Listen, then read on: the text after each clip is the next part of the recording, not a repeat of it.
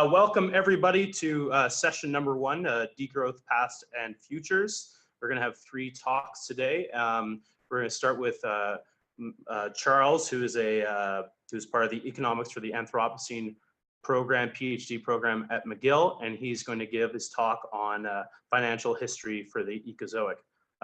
Take it away, Charles. All right, so thanks for everyone for being here. I think it's a good idea that I start because I do the depressing part of our session. So basically what went wrong in the past. Hopefully Nina will cheer us up after. So financial history for the Ecozoic. In a nutshell, I will try to present to you what have been the 2 main positions developed in ecological macroeconomics over the course of the last 15 years or so. So one first group of authors who have argued that our monetary system, which is essentially based on debt-based money, does carry what they call a pro-growth bias because of interest rate.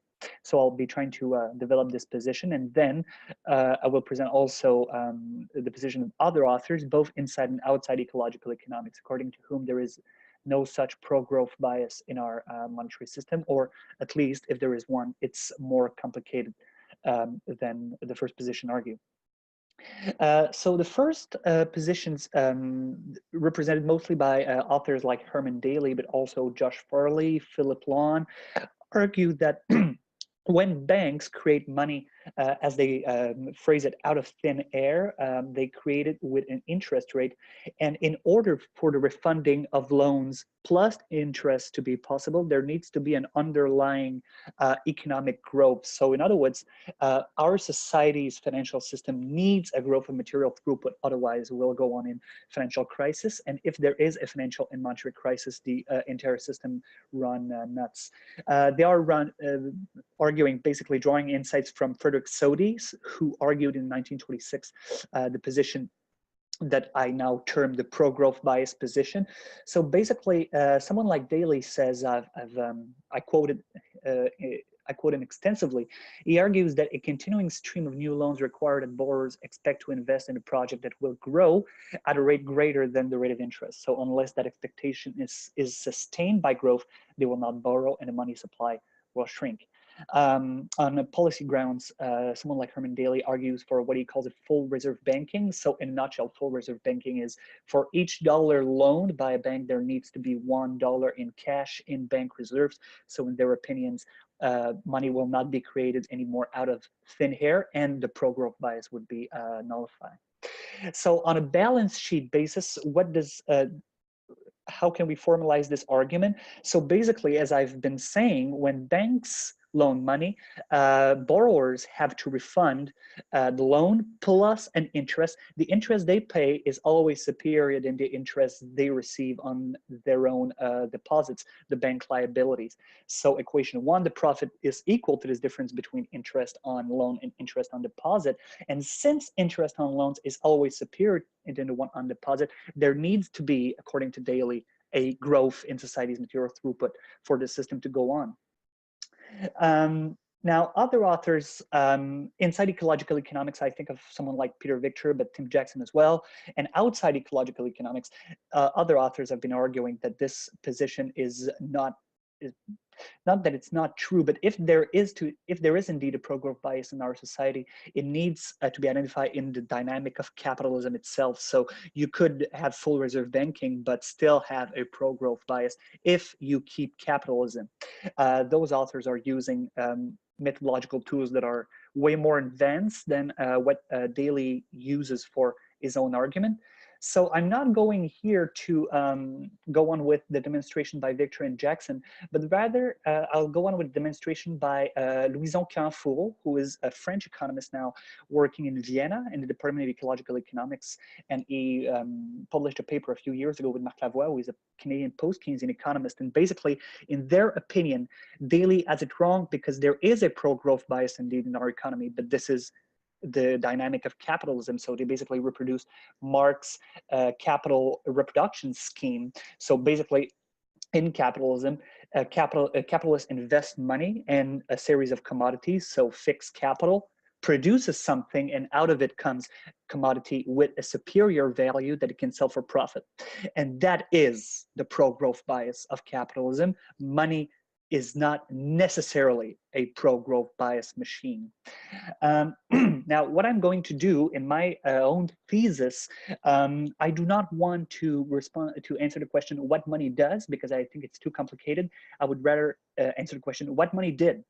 I believe that by mobilizing historical material, we can find a way, find an answer to this question. And I will base my dissertation on a very, very great book that was published by William Cronin, Nature's Metropolis. In a nutshell, what Cronin does in his book is he shows that the entire American Midwest during the 19th century, so east of the Appalachians and west of the Rockies, was settled by farmers, of course, but every economic decision taken in the 19th century in that part of the United States was planned by commercial and financial interests of firms and individuals based in Chicago. And most important for my demonstration, the Chicago Board of Trade specifically made the settling of the Midwest.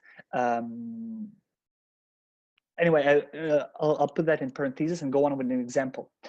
In the 19th century, was developed in the American Midwest a huge market for futures. So what is a future? You've got an example right here. A future is a financial contract that serves speculation, and a future is a contract by which financial capitalists will buy wheat at a certain price before its delivery in Chicago, let's say, so 2 months before delivery, let's imagine, and bets that the price of wheat will vary until delivery. And if the price has varied upwards indeed, well, that speculator will get a financial gain. So what's the relationship between that and the growth of material throughput? Cronin shows that those futures handled and created by financial capitalists were deposited in Chicago-based banks, and Chicago-based banks use those futures as collateral to grant loans to farmers in the American Midwest. So the huge transformation of the American Midwest during the 19th century was made possible because of financial speculation in Chicago. That speculation was based upon wheat production that reached enormous proportion during the 19th century. So there is a clear link here between finance and money on the one hand, and the growth of material throughput on the other hand. So I do not wish to reproduce Cronin's argument for my own thesis. What I would like to do instead is answer the following question. In the same way as Chicago served as nature metropolis in the United States in the 19th century, was Toronto the Canadian nature's metropolis during the 20th century. And to illustrate that, here on my slide, you have a list of the top 10 shareholders of Suncor Energy, who is the largest oil producing firm in Canada. And among those 10 shareholders, you have two of the largest Canadian banks based in Toronto, so Royal Bank of Canada and TD Asset Management. And Vanguard is another one, the largest fund manager in the world. So in a nutshell, my question is, are the financial activities that were essentially based in Toronto in a Canadian history, at least starting in 1900 approximately, as these activities served to move forward the so-called staple frontier or the commodity frontier in Canada? So is the transformation of the Canadian landscape was made possible by speculative interest in Toronto? So what is the relationship between finance and the transformation of landscape in Canada? So hey, Charles, you got about a minute to wrap up, okay? All right, but I was very, I was about to finish indeed. This is a bibliography. So yes, that would be my research question based on the hypothesis that I'm not sure that the good way forward from the debate I presented at the beginning of my presentation. So does money carries a pro-growth bias or not? I don't think that the correct way to answer this question is only on formalization grounds, but rather by the mobilization of historical material. I think that we can perhaps identify the dynamic of capital accumulation and answer if whether or not finance has served to push forward the material throughput of our societies. Thank you.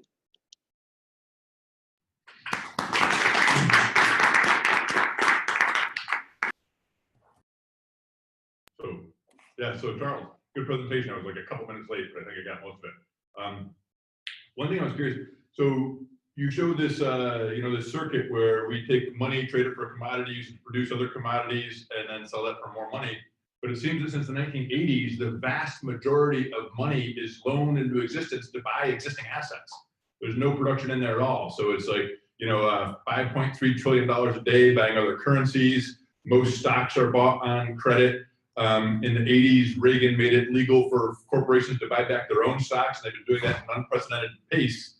And how do you think that affects this dynamic, where it's not money, commodity, or more money, but it's just money, more money, with no production intervening? It's a very good question. What I think, should I answer now or take other questions before? I answer now? Go ahead and answer now. Okay, all right. So what I think, Josh, is that this is one particular form capital accumulation has taken, term financialization in political economy, that can help us to explain how what's the relationship between asset production, firms, finance, and the environment in this particular time of history. However, even when finance was in its most controlled phase of all the history of capitalism, and I think here about World War II, there was still environmental destruction at the very large scale, of course, motivated by weapon production. But what I mean by that is, even if today we can explain how finance pushed forward environmental degradation, even if it didn't, even if we had a way more regulated financial system, I'm not sure we would nullify or mitigate the way our economy interfere with the environment. So this is one particular shape of this system right now, but this is not the end of the story, I think.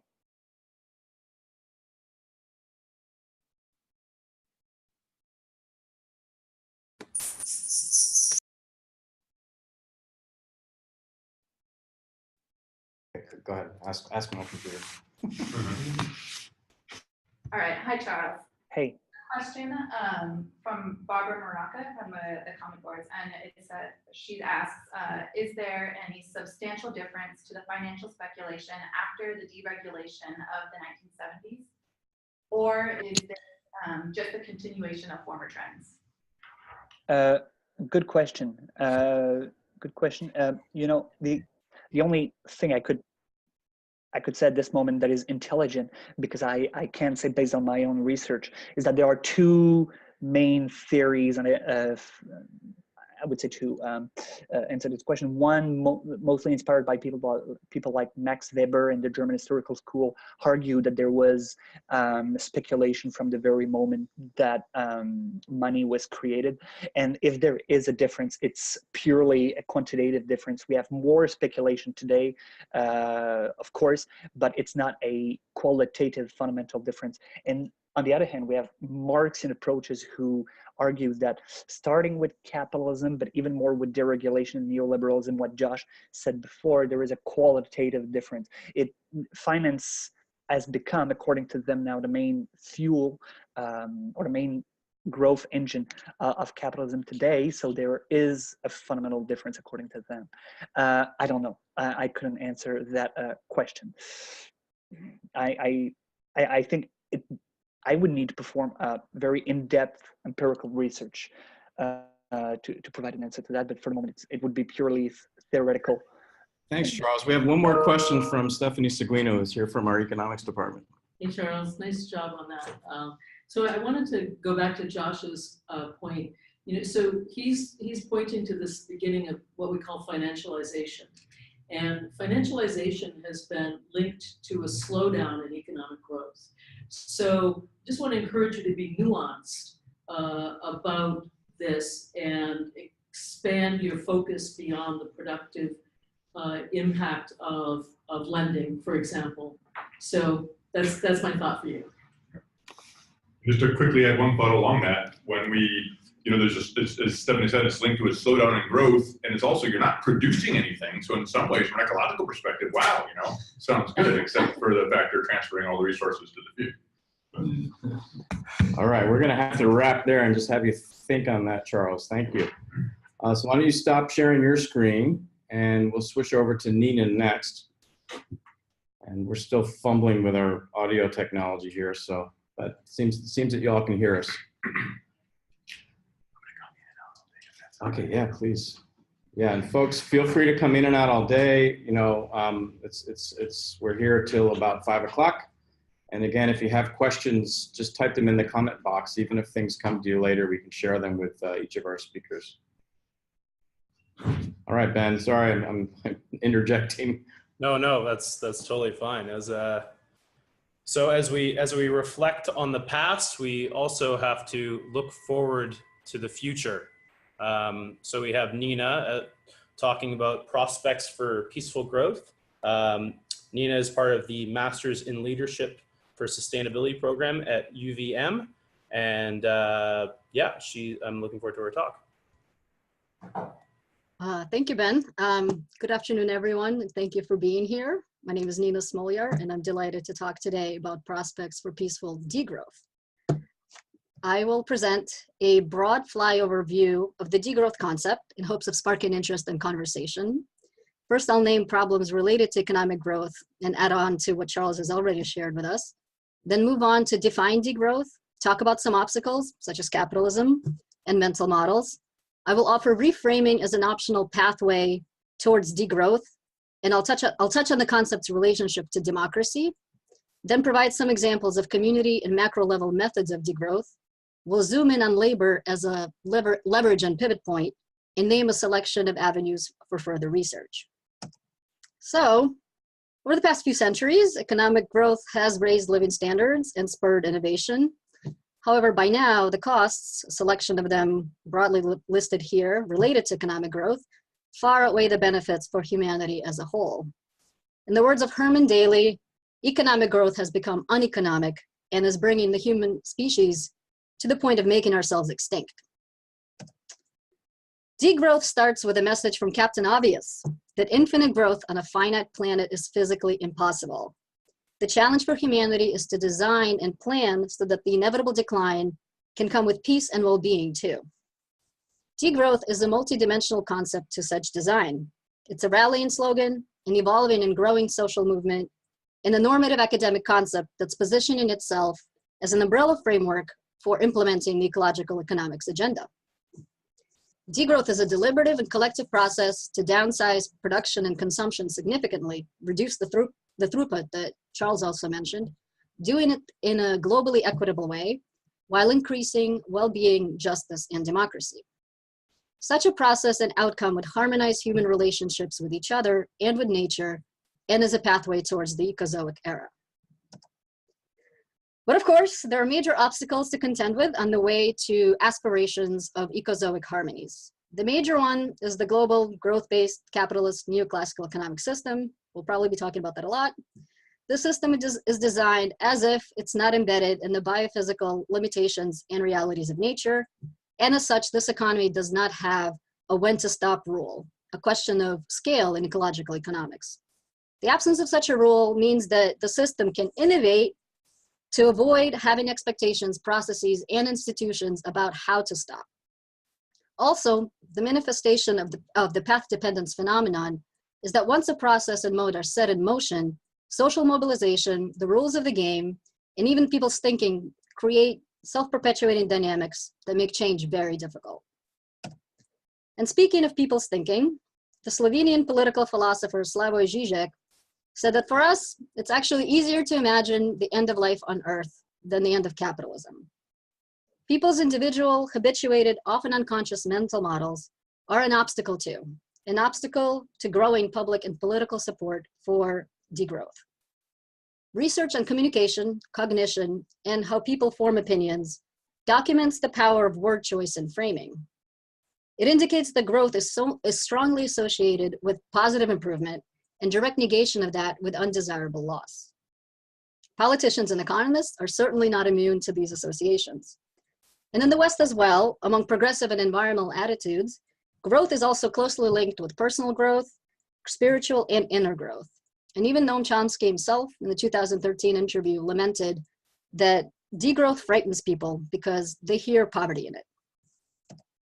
So two goals of the degrowth movement are in paradox: to raise awareness of deep structural problems with a hard to ignore, unco-optable missile word, and to express the vision clearly, preventing alienating misinterpretations.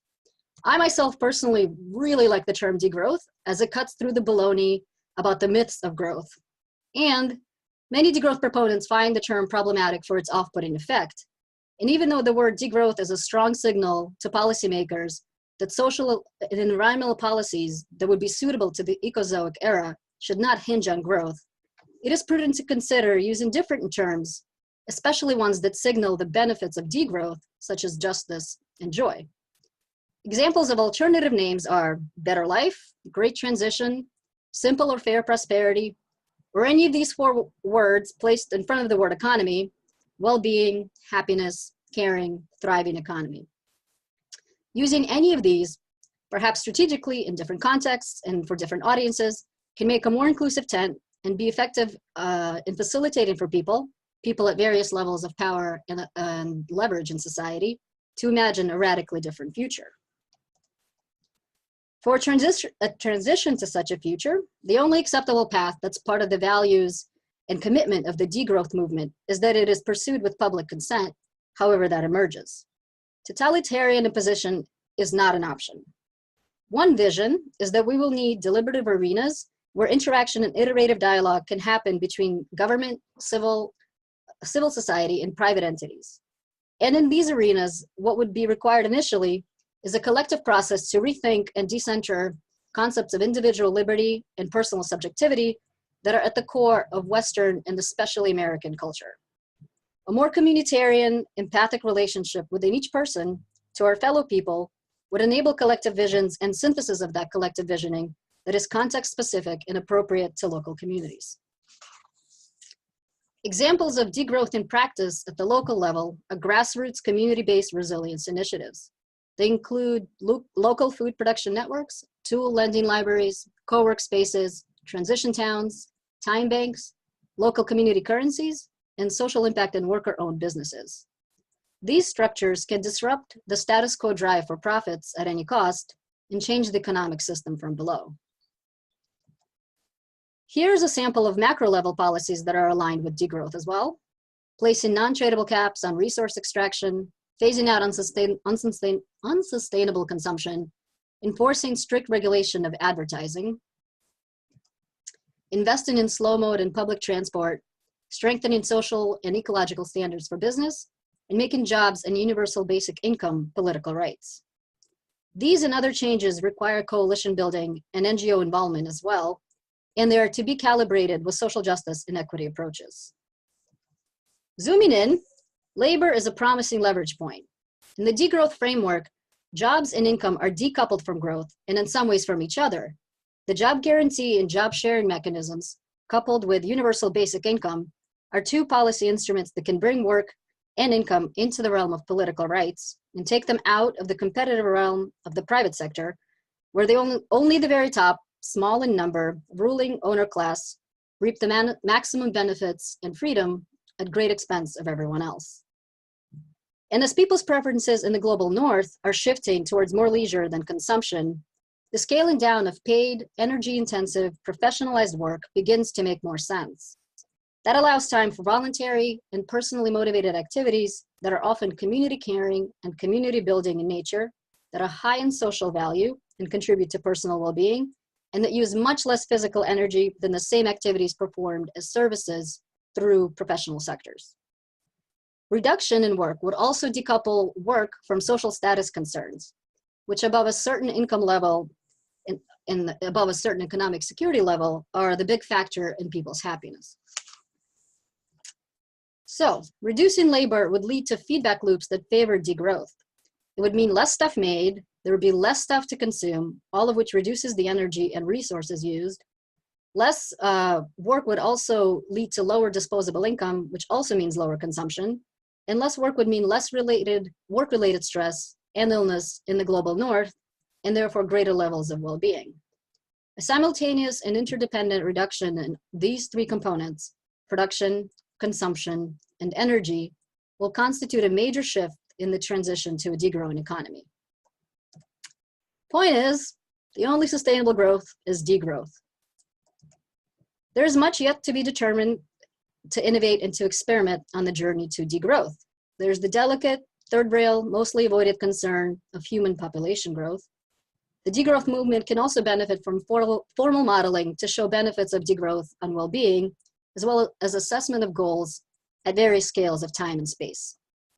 And the most critical area of further exploration is how to equitably implement degrowth in developing global South countries. Oh my gosh, where did my slide go? Oh, there we go. All this and other research would help pave the way for greater understanding and acceptance of the degrowth paradigm towards imagining and implementing a peaceful sunsetting of capitalism, towards imagining a life for humanity that is well-nourished physically and psychologically, and towards imagining all life thriving on Earth.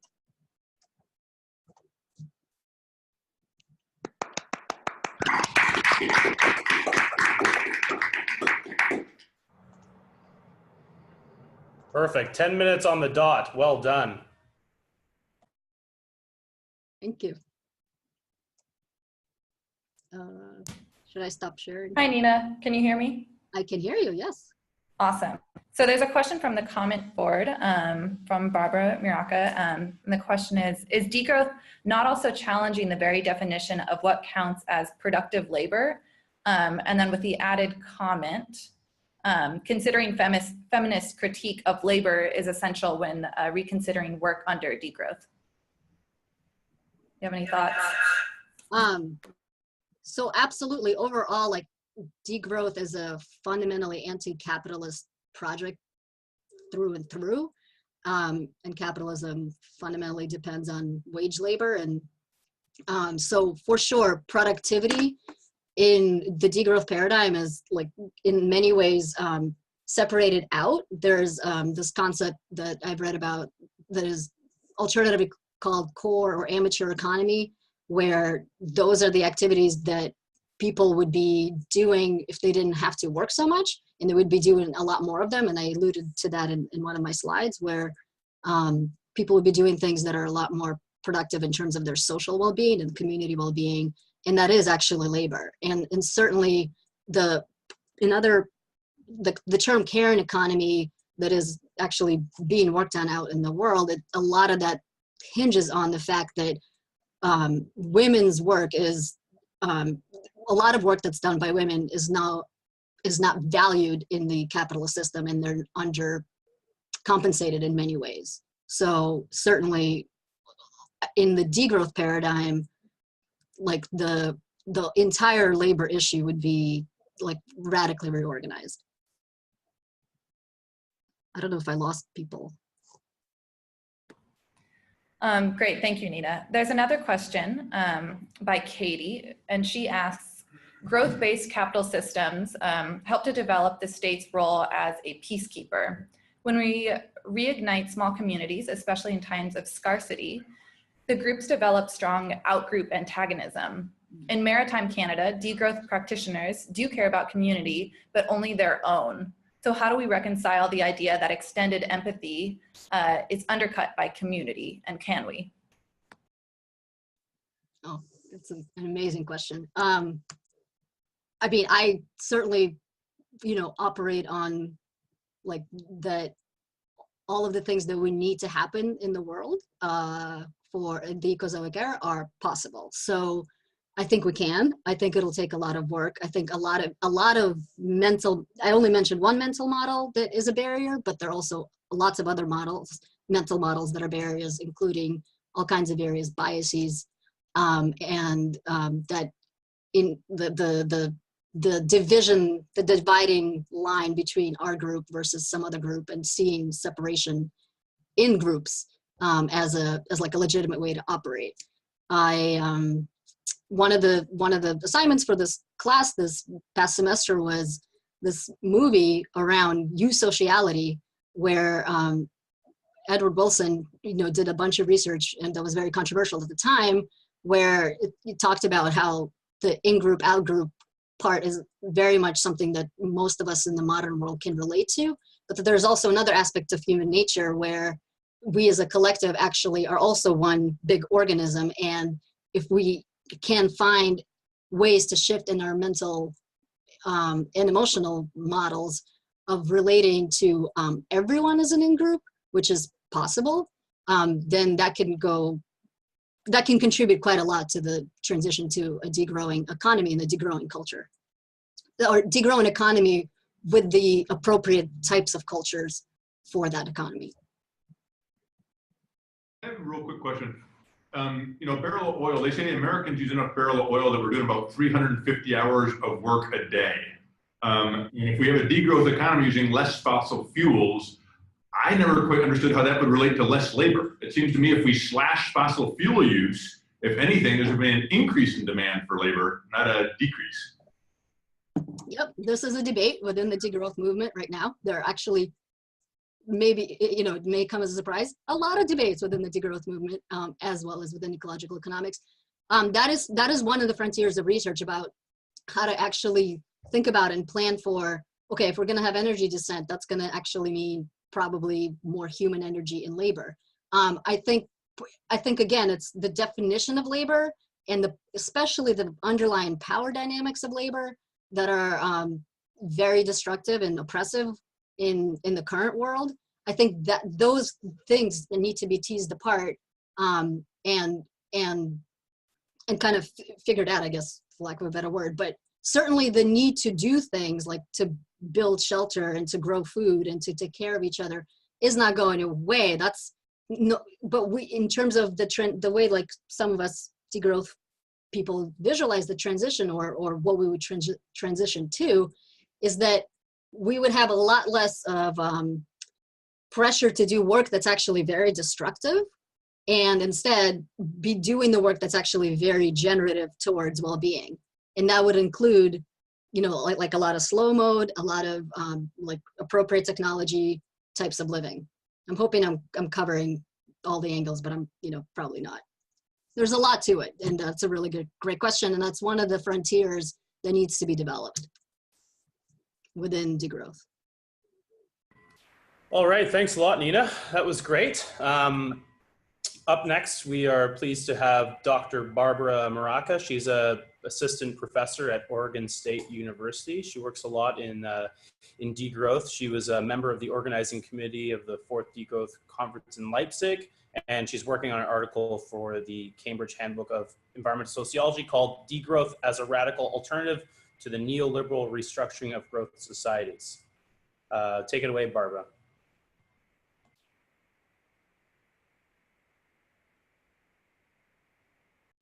I think you must be on mute, Barbara. Yeah, now you can hear me, is that right? Yes, we can hear you, thank you. Because can you see the videos as well? We can see the slides? I can see the slides and I can hear you talking. Yes. But you can't see me. I can see you. You're okay. a little. I can get started. Because when I start a slide, I can no longer I can no longer do anything on Zoom. So that's the problem. Okay, so thank you so much for inviting me to participate to this conversation, which is exciting. And I'm going to say something which relates to what has been said before, focusing on a particular thing that has interested me increasingly lately. And it's exactly what happened with the passage from Fordism to neoliberalism, more specifically. This is something that I start briefly with because I'm interested more in looking into growth as a structural function that in a way dynamically stabilized contemporary modern capitalistic societies. And a lot has been said already about that, we know that, but growth plays a key role for the stabilization of modern capitalistic societies. This is why it's just not easy to do away with economic growth, because if we just imagine to keep business as usual as it is, eliminating economic growth, this is the collapse that we're witnessing in some countries, like for example, Greece. And I like using this picture, which some of you know already, because when I talk about degrowth, I always come up with that picture, which is the idea that modern capitalistic societies stabilize themselves not just by continuous moving, which would be a regular bicycle, but by continuous acceleration, which is the metaphor for capitalistic accumulation, which is not a non-linear movement. This is why I have a hamster on a bicycle. So that structure of the bicycle does not allow to slow down or even to stop accelerating, because that means crisis. I think it's not only about talking about societies that grow, but I think really we should talk about growth society when we address modern capitalistic societies, which are under a growth imperative. But they are entering a crisis. Again, and I'm not going into details because we all know what it is about, due to external thresholds. I like to talk about threshold more than limits, because it's not that we're running against walls as limits. It's really about threshold, which are both ecological and social, but also subjective, and the internal immanent contradiction of the idea of constant acceleration, which undermines the condition of reproduction of capitalistic growth societies. Now, I think that the 1970s were a peak of that kind of crisis. And I feel confident in saying that in a certain way, not only due to the oil crisis, in the 1970s, we reached the point of a crisis of easy growth, which doesn't mean the end of growth. I think that the limits to growth was very important and very instrumental in focusing on that crisis. Growth cannot just be reproduced in an easy way. It has been so far the case. So what happened in the 1970s, if that works as a hypothesis, is that other ways for the expansion of economic growth for enabling economic growth has to be explored and experimented. So we have at the same time old models of exploitation, like primary accumulation, going on in a globalized world, but also new modes of accumulation that are implemented and structured by the neoliberal restructuring of societies in the 1970s, which can be summarized together with something that François Schneider used to say a couple of years ago, which is the idea of expanding the capacity to exploit in order to continue and foster economic growth beyond the crisis.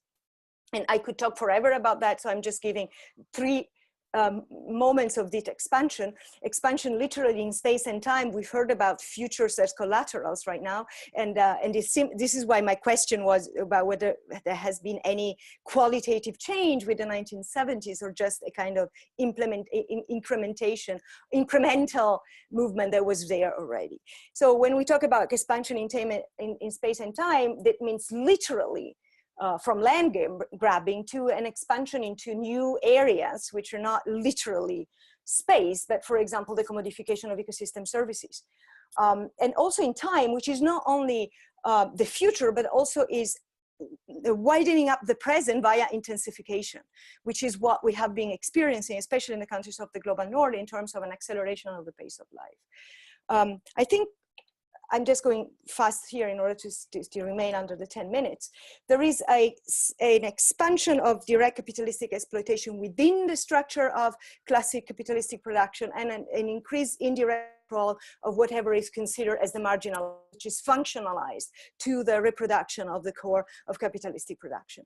What I am more interested in is that that does no longer happen only at the level of biophysical processes, but increasingly in the sense of the exploitation of life in all its meaning. So I don't know whether the hypothesis works, but I think the neoliberal restructuring of society has very well reacted to the message of limits to growth in the 70s. And the qualitative change is that the productivity of life as a message has gotten through in a way that life is being increasingly used within the capitalistic mode of exploitation for capitalistic accumulation. Life in the literal sense of the term, thinking of the exploitation of living beings, thinking of patenting of living processes, but also in terms of the genomic project. But I'm also thinking life in the sense of the creativity of our work. The idea of the prosumer, for example, which sounds so fun, is exactly that move, utilizing creativity and functionalizing it to support capitalistic accumulation.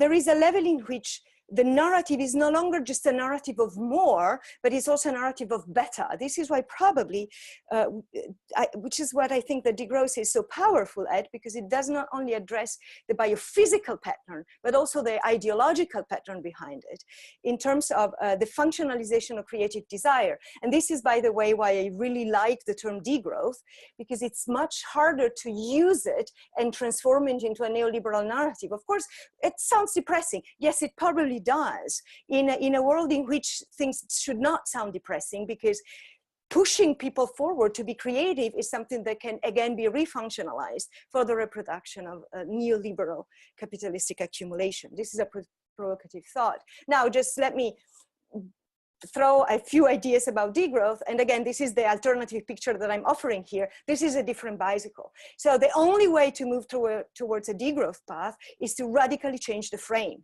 because all of our institutions are fundamentally relying and stabilized via degrowth, via growth, excuse me. We need just a different frame in different areas. So it's not just about shrinking or slowing down the bicycle, it's about changing the bicycle. This is a commons-based bicycle. So it can be reshaped, changed, it can host different people and non-people. So the idea is really of radically changing the structure of our society. In the three areas of basic institution, the social imaginary, and in collective practices, because it is in collective practices that we reinstate and repeat the neoliberal narrative of better and more in terms of energy and intensification of the pace of life. So I think that what we are seeing around the world, especially in the global north, where degrowth is rooted and should be rooted, in different practices and social movements around degrowth, is a decolonization through subversive practices that generate laboratories for liberation. We need that, because if it's true that growth is no longer just a material thing, but it's a mental infrastructure that is really embedded in the way in which we understand ourselves, we need spaces in which we can not only think about, but also experience and experiment alternative life forms. And I think that these experiments are laboratories where we can liberate desire. And I'm using and quoting something that comes from the queer movement, where they talk about undoing gender. And I wonder where we can borrow it while respecting that tradition and talking about undoing growth and undoing neoliberalism via subversive practices in which we, in the repetition of practices, shift the meaning and try to undo the very logic of growth, not just growth in a literal sense as material growth.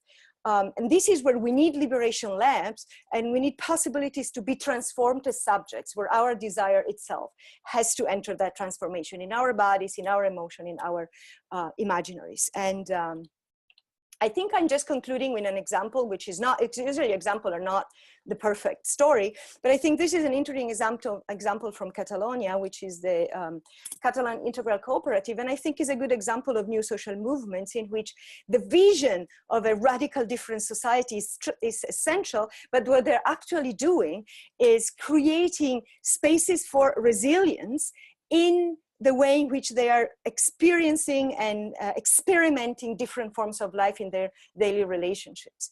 They are creating local economies that support the people who are active in the cooperative, while also challenging all the different aspects and reinventing and experimenting, of course, in a niche with alternative institutions, for example, solidarity-based healthcare, and a lot of other activities like this. This is a niche. I don't think the niches are there to be upscaled. I think that the path to go is a network among different niches, which are very successful because they work in the context, they are related to that context. They cannot be just upscaled, but they can build alliances and work with other similar projects in other parts of the world. That was very fast and just a hypothesis, but thank you very much.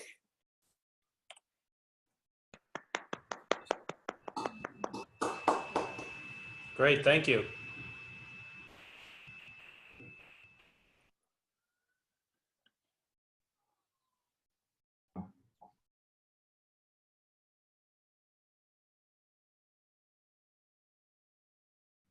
Okay, Sam. Hi, Robert. It's Sam. That was a great presentation. I really liked it. I have a question about these laboratories for liberating desire. I love the idea. I think a lot of us have these sort of subversive practices in our lives and with our friends. I know I do. And one thing that's really challenging is only in my head do those exist, are those part of something called degrowth? And I feel like I'm imposing some idea that I'm really into and no one else really cares about in these sort of collective practices, whether it's like urban gardening or anything else that's somewhat subversive and transformative. I feel like those practices would be so much more effective at undoing growth if there was a way to communicate that was non-threatening to the other people participating in them, that, hey, look, we're also undoing growth and that's cool. And I'm wondering if you have, this is like more of a practical question, like, because the theoretical part, your hypothesis convinces me. Yeah. Yeah. Hey, good to see you. Thank you so much for your question. I think that degrowth is not a new big social movement to attract people and missionarize people to join it. I like to use the metaphor of a kind of system of violence or an archipelago. It's even not even an umbrella, because this is a space that works for different type of project to meet and find kind of common grounds and overlapping spaces, and while keeping their differences. I really like the project that came out of the Leipzig Degrowth Conference, which is called Degrowth in Movements, right, with the S in brackets, because they invited different social movements, social experiments to write something about degrowth. Identifying overlapping ground and differences both, which I think is the way to go forward. And so I'm not going to ask people to join, but it's an offer because it might have a powerful narrative precisely because of the negativity of the term, which makes it less vulnerable to neoliberal appropriation.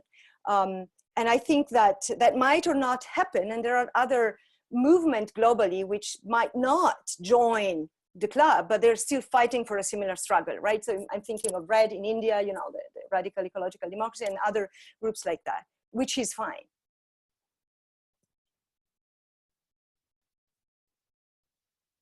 Okay.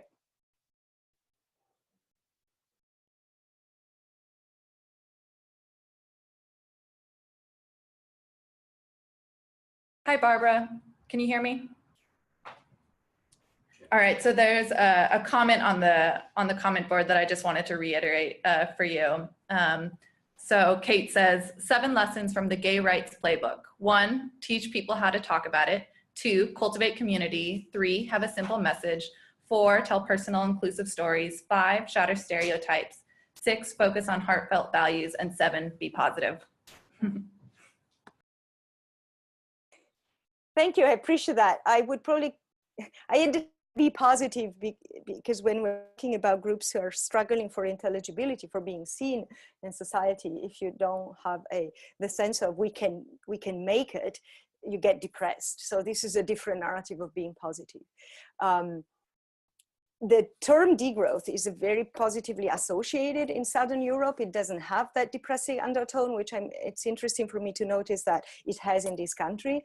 Like since I moved to the US, everyone say, but degrowth is such a depressing term. And I didn't know that kind of comment from Italy or France or Spain, because it has a very positive sense of decolonization, of liberation, which has a moment of negativity because it addresses the struggle, but it's a getting rid of something that is oppressing you. So in that sense, I would take on that. And what I've learned from the queer community is that there is no way out of the heterosexual matrix, but in the way in which this is being repeated, it can be broken in order to create spaces for alternatives, for alternative life forms, and for an alternative possibility to live in a different way.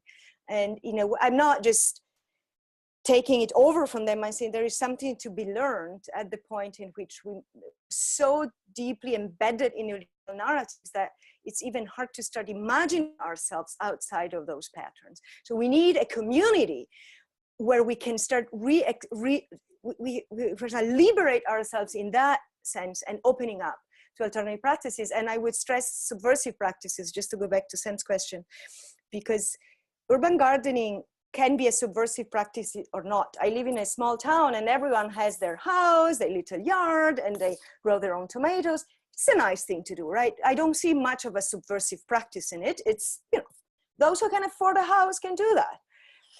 But more subversive would be to have a common space, taking that space for those who don't have a house and don't have a garden, for example, and this isn't happening. All right, that's great. Thank you very much to all the speakers, for everyone joining in for session